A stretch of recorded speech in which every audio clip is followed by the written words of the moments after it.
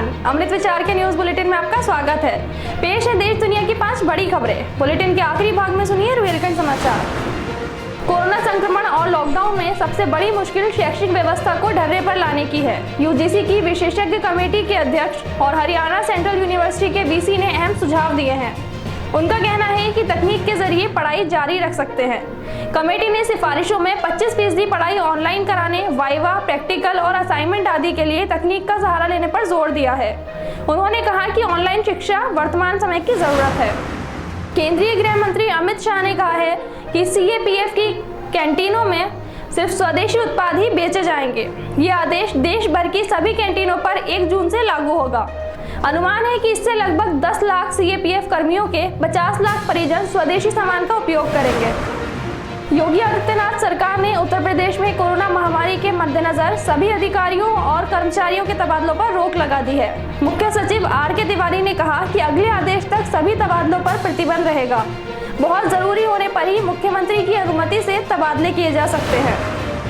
ओडिशा में पिछले 24 घंटों में 101 नए मामले सामने आए हैं, जो राज्य में अब तक की एक दिन में सामने आई सबसे बड़ी संख्या है। इसके बाद राज्य में कोरोना संक्रमितों की संख्या 538 हो गई है।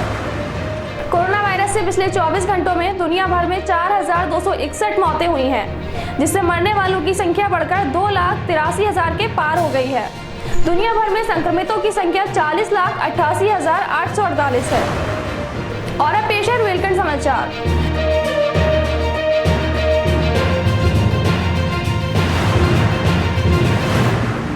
खबर बरेली से। पीएम नरेंद्र मोदी ने 20 लाख करोड़ का पैकेज घोषित किया है। इस बारे में कारोबारियों ने खुशी जाहिर की है।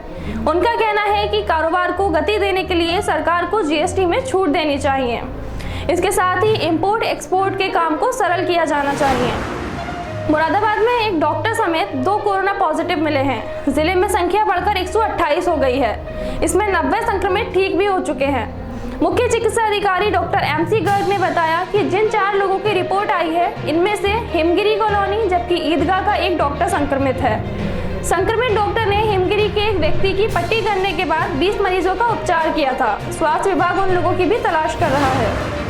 शाहजहांपुर के रोजा रेलवे ग्राउंड के किनारे लकड़ी बीनने गई लड़की से रेप की कोशिश की गई।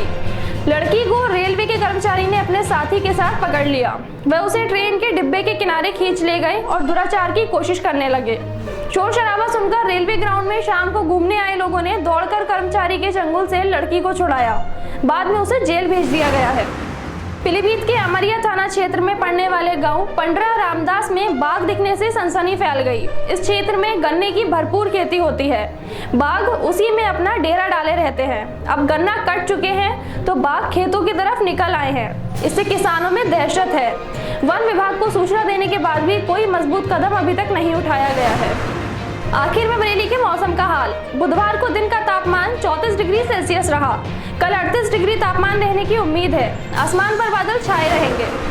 इन खबरों को डिटेल में जानने के लिए लॉगिन कीजिए हमारी वेबसाइट www.amritvichar.com।